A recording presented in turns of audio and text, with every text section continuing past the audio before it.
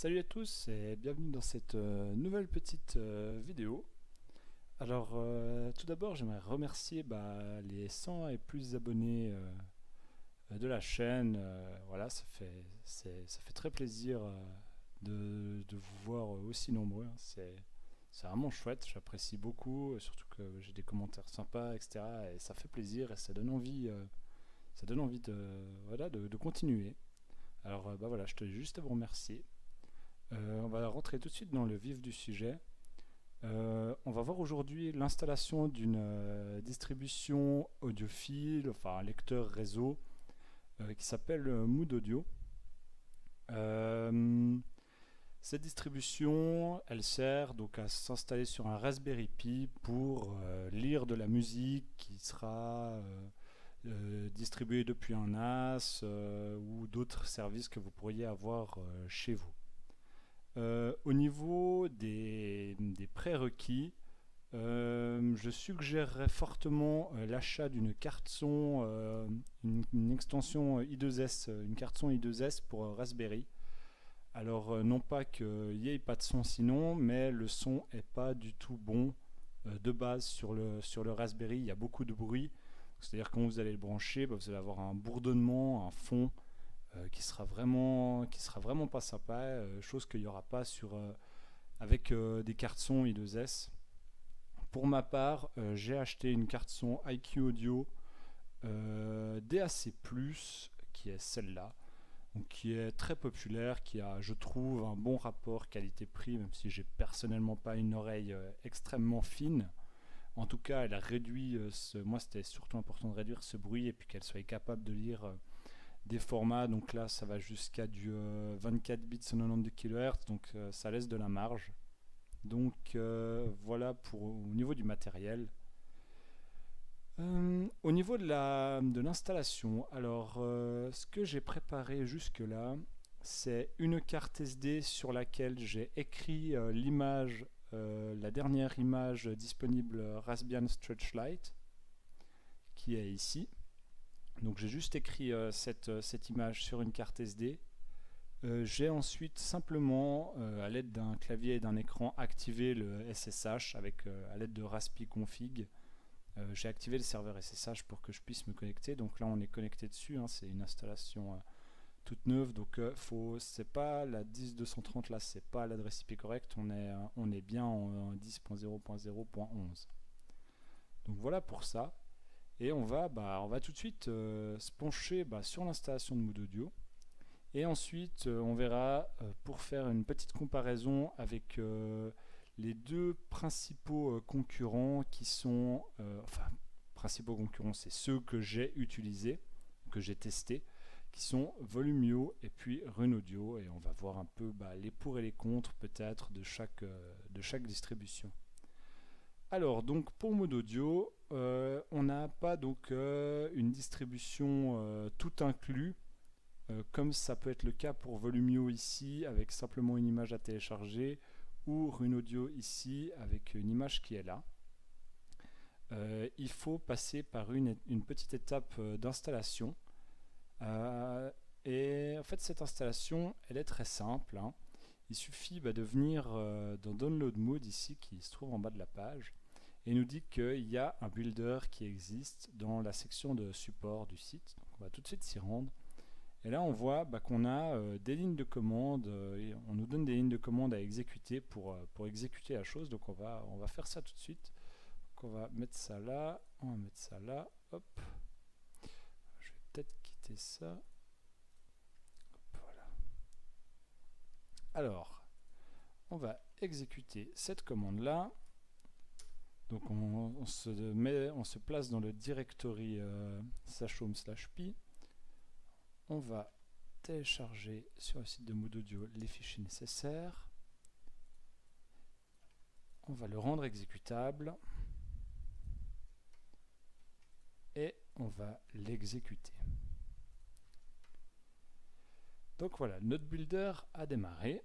On nous dit, voulez-vous construire l'OS directement sur la carte SD de boot? Donc notre réponse à cette question est oui.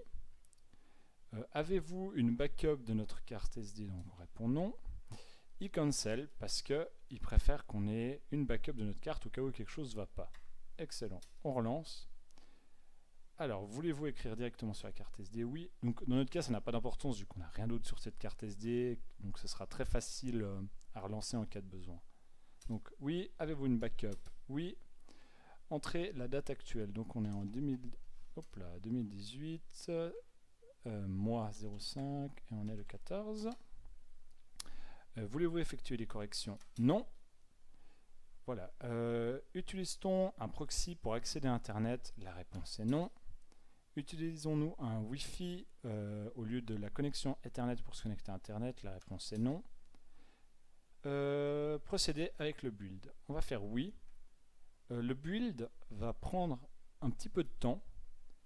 Ça prend environ 1 heure, donc je vous mettrai ça en accéléré. Il faut savoir que il fait environ 8 ou 10 redémarrages, je crois, durant le build, donc c'est normal. Et il y a une commande qui permet de suivre un peu la progression de ça. D'ailleurs, on peut la trouver ici dans le Builder Guide, parce que là, c'est indiqué exactement ce qu'il faut faire également pour suivre le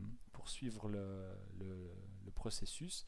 Et on voit qu'il y a une petite commande ici, mslog, qui permet de suivre au fait le déroulement de l'installation.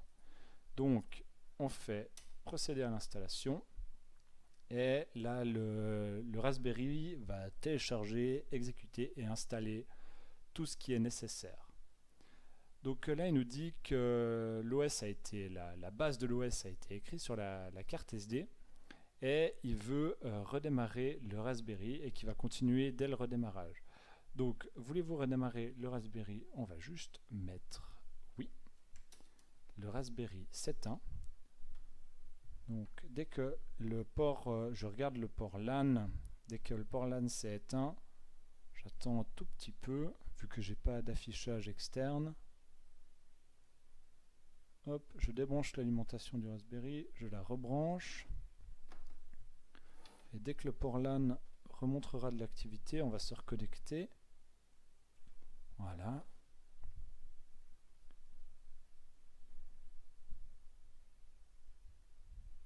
Ah oui, d'accord, AVG. Oh, mais il y a une macro là. Arrête. Qui est toujours en train de démarrer. Là, on a la fenêtre qui essaye de se connecter. Donc, il n'a pas réussi. On relance la connexion et maintenant, c'est bon. Donc là, on pourrait se dire qu'il ne se passe rien. Mais si on rentre la commande qui nous a été donnée avant, donc mslog, on va voir que il commence à télécharger, donc il est à l'étape 2, donc il commence à télécharger tous les fichiers dont il a besoin et à s'installer. Donc on va le laisser faire. Dès qu'il reboot, à chaque fois je vais tâcher de remettre la commande mslog pour avoir le suivi, même si je vais le passer en accéléré à la fin. Et on se retrouve à la fin pour voir le paramétrage de la carte son, monter un dossier réseau pour lire de la musique et puis faire cette petite comparaison des distributions.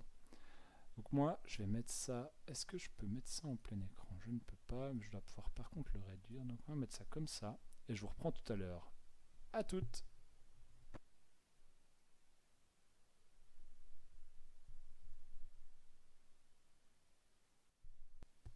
Ah, ce qui se passe ici, c'est que dû à l'installation de Mood Audio, le mot de passe SSH a été changé au fait.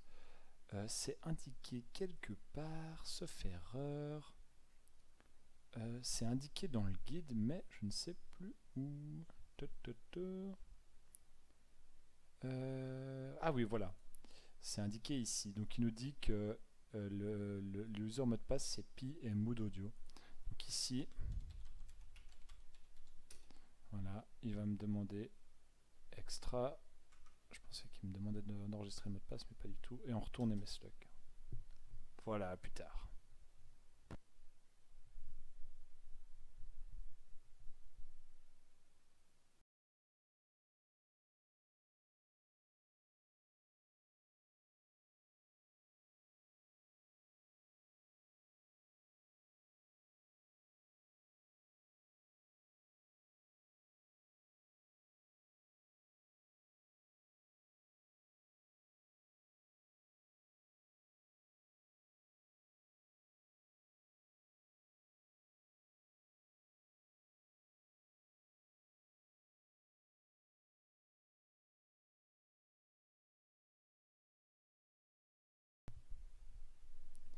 Alors, l'installation c'est terminé. Donc, quand on a la petite phrase //end ici, ça veut dire que l'installation c'est fini.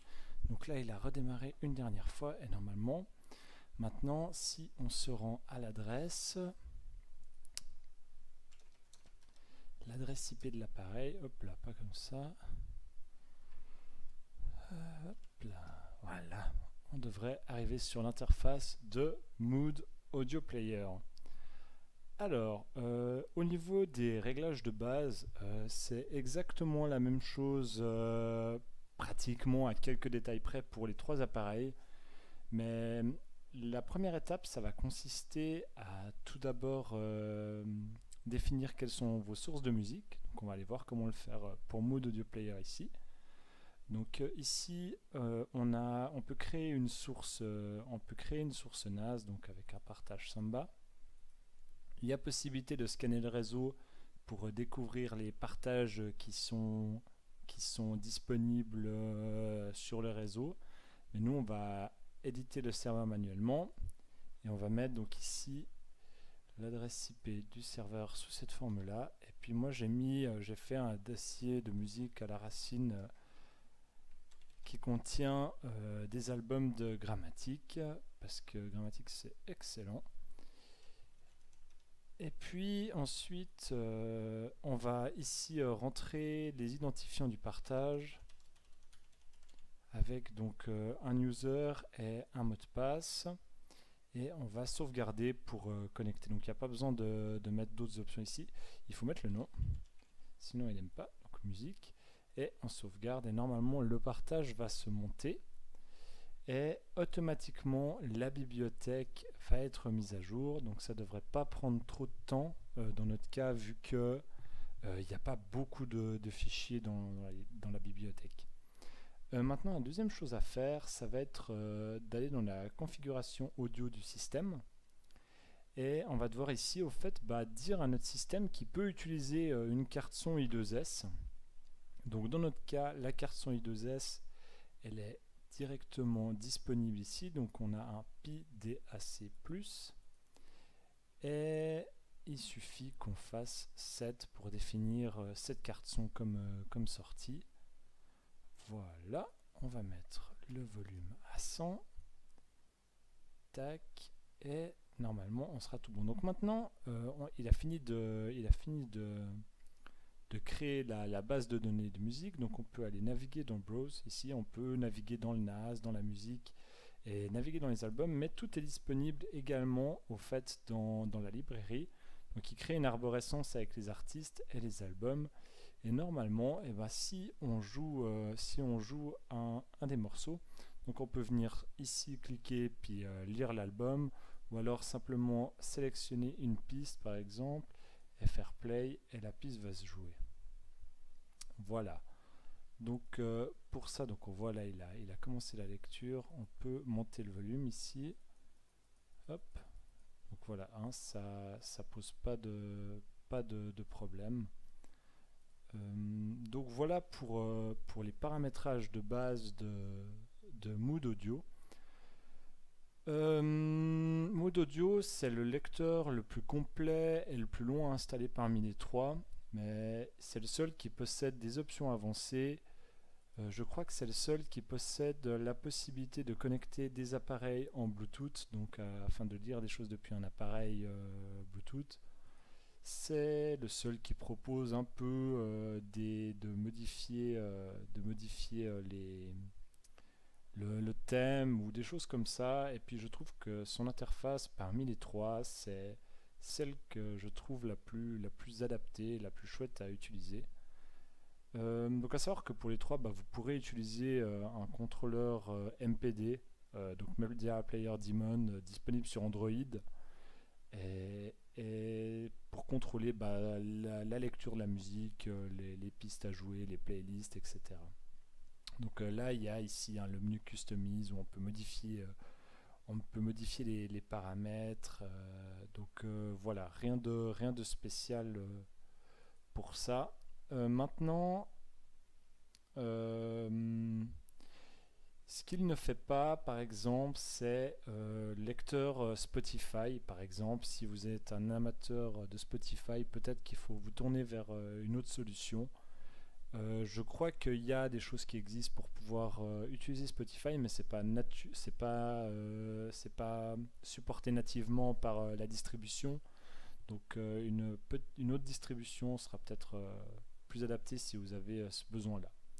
Voilà, donc on va éteindre cette distribution Mood Audio pour le moment et on va juste rapidement démarrer deux autres distributions, donc une Rune Audio et une Volumio, juste pour voir un peu les différences. Donc il faut pour ça juste que je swap les cartes SD. Hop. Alors ici c'est éteint. Tac. On enlève la carte SD. Je mets la deuxième. Hop. Je redémarre. Hop là, voilà.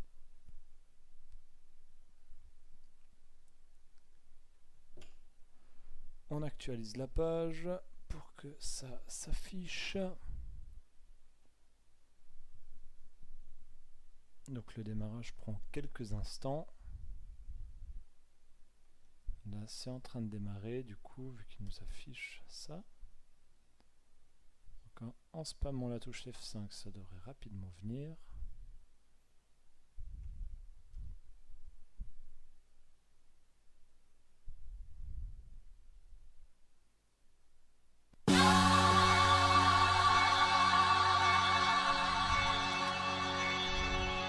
Alors, bon, il nous dit qu'il y a, qu'il y a un souci sur la distribution. C'est pas le cas normalement, hein, je pense que c'est peut-être juste la carte SD qui est corrompue. Donc là, la musique elle s'est lancée automatiquement, j'avais paramétré pour que ça démarre automatiquement. Donc voilà, l'interface de base, elle ressemble à ça. Ah voilà, donc là l'alerte a disparu, c'est beaucoup mieux ainsi. Donc l'interface ressemble à ça, donc de nouveau bon grammatique. On voit qu'il y a dans les menus qui sont disponibles en bas des ressemblances avec la distribution Mood Audio. Donc là on est sur Rune Audio. Hein. Rune Audio, à savoir que la distribution elle est où? Elle est ici. Elle n'a pas été mise à jour depuis 2014. Donc là il y a une V03 bêta. Voilà, alors c'est la plus facile à installer, j'ai trouvé. Maintenant, elle est plus trop mise à jour, donc peut-être que s'orienter vers une autre solution sera quand même le plus judicieux. Il existe sur le forum ici une version 0.4 qui existe et qui supporte du coup nativement les cartes son d'extension I2S comme la IQ Audio. Sinon, il faut un peu magouiller dans les configurations pour qu'elles soient supportées et fonctionnelles. Donc voilà, je vous conseille de télécharger la version bêta qui est disponible ici, elle fonctionne vraiment très bien. Donc au niveau de l'interface, c'est très sommaire, hein, il y a juste ce dont on a besoin. Donc on a de nouveau la recherche ici, on peut aller naviguer dans les dossiers là. Il n'y a rien de spécial, donc si on va voir dans les paramètres, donc on a juste les paramètres réseau, donc de nouveau ici la carte son qu'on choisit. Il y a vraiment il y a une ou deux fonctions, donc là on voit qu'il y a Spotify ici qui est supporté, notamment, chose qu'il n'y a pas sur Mood Audio. Donc voilà pour cette distribution en audio. Donc, je trouve que en tout cas avec la version bêta qui est disponible sur le forum, c'est la plus facile à installer. Mais c'est celle qui possède aussi le moins de configurations possible. Donc on va l'éteindre et on va maintenant essayer la distribution Volumio pour voir un petit peu les différences.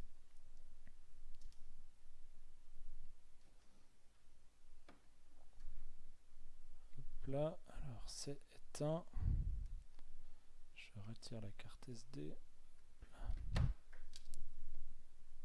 Je mets la nouvelle distribution.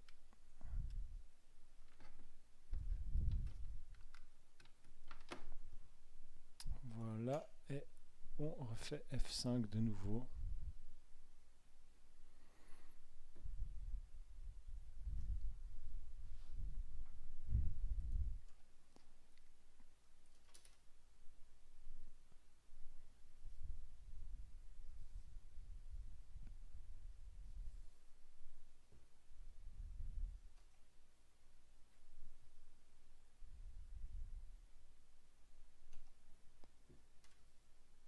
c'est toujours en train de démarrer. Il y aura peut-être un petit son et de la musique qui va commencer lorsqu'il aura démarré.